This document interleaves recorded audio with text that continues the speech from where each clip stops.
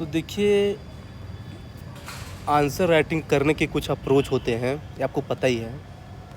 लेकिन जो है ना, जीएस पेपर 2 में एक सेक्शन है आईआर का, इंटरनेशनल रिलेशन का। तो ये आपको पीएसआईआर में भी काम आएगा और जीएस में भी काम आएगा, ये ध्यान रखिएगा। अब देखिए क्या है कि स्ट्रक्चर वही है, इंट्रो, बॉडी, कंक्लूजन। लेकिन इसके इंट्रो में क्या चेंजेस है मैं आपको बताने चाह रहा हूँ। तो सबसे पहले जानते क्या है कि अगर मैं इसके इंट्रो की बात करूँ ना, जैसे मैं आपको बताया था 7-8 टाइप के इंट्रो होते हैं, वो जीएस के लिए बताया था। लेकिन उन्हीं में से 4-5 बताऊंगा जो केवल आईआर में काम आएगा। इसी 4-5 को घुमा करके हमको अपन को आईआर का आंसर लिखना है। फॉर एग्जाम्पल, फर्स्ट तरीका ये है कि अगर मान लीजिए कोई कीवर्ड आ गया तो सीधे उसको डिफाइन कर दीजिए। अब कीवर्ड मतलब ये नहीं कि मतलब जो है ना, ये आ गया, क्या बोलते हैं हम, बायलैटरल रिलेशंस। ये कीवर्ड थोड़ी है, ये सब जानते हैं भाई कि दो कंट्री के बीच रिलेशन को बायलैटरल रिलेशन कहते हैं। कीवर्ड मतलब ये आ गया, strategic autonomy, Indo Pacific region. ये सब अगर कीवर्ड आ गया ना, तो सिंपली आप जो है ना उसको डिफाइन कर दीजिए एग्जाम्पल से कि इंडो पैसिफिक रीजन, उसको एग्जाम्पल दे दीजिए। तो ये हो गया। दूसरा, अगर कोई क्वेश्चन ऐसा आ गया जो बायलैटरल रिलेशन पे फोकस कर रहा है। अब बायलैटरल रिलेशन मतलब ये नहीं है कि हस्बैंड और वाइफ है, मतलब दो कंट्री के बीच में बायलैटरल रिलेशन की बात कर रहा हूँ मैं। तो जैसे इंडिया चाइना हो गया, तो आप सीधे क्या कर दीजिए ना, हिस्टोरिकल रिलेशंस है कि इंडिया चाइना जो है ना एक साथ आज़ाद हुए, है ना, कब ट्रीटी साइन हुई दोनों के बीच में फ्रेंडशिप की, ऐसा। और फिर आज का क्या स्टेटस है, ऐसा लिंक कर दीजिए थोड़ा सा, ये हो गया।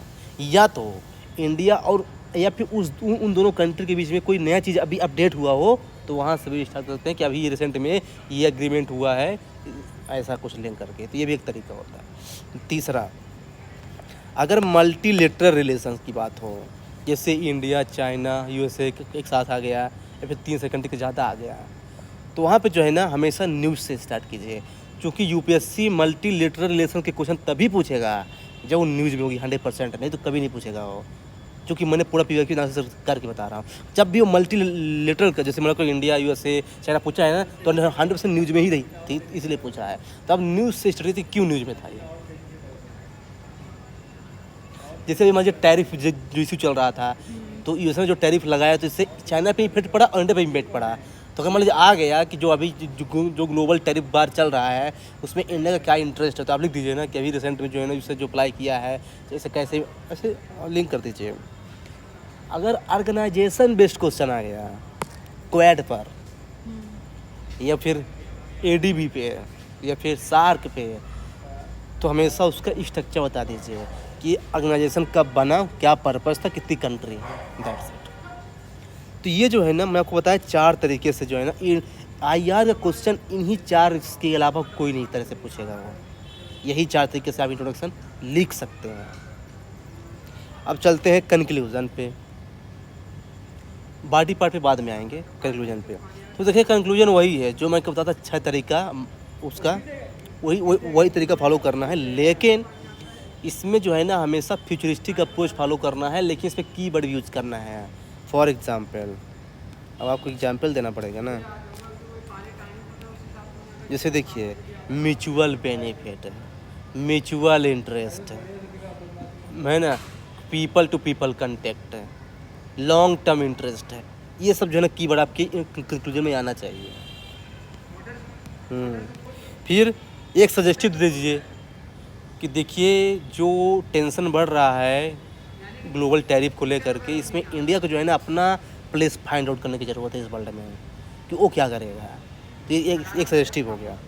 फिर एक बैलेंसिंग अप्रोच कि अभी जो रसिया, अभी जो ईरान और इजराइल के बीच युद्ध मान चल रहा है, जो आ गया कि इसमें इंडिया का क्या स्टैंड होना चाहिए, तो बैलेंस देखिए कि इंडिया को जो है ना अपना नेशनल इंटरेस्ट भी देखना चाहिए, और जो है ना लॉन्ग टर्म इंटरेस्ट देखते जो है ना कुछ जो है ना वो पॉलिसी लेना चाहिए, मतलब एक तरफा नहीं होना चाहिए।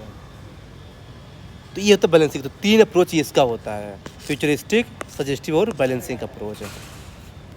अब आते हैं बॉडी पार्ट में। आईआर के क्वेश्चन में सबसे अच्छा अप्रोच है कि पिस्टल अप्रोच फॉलो कर दो।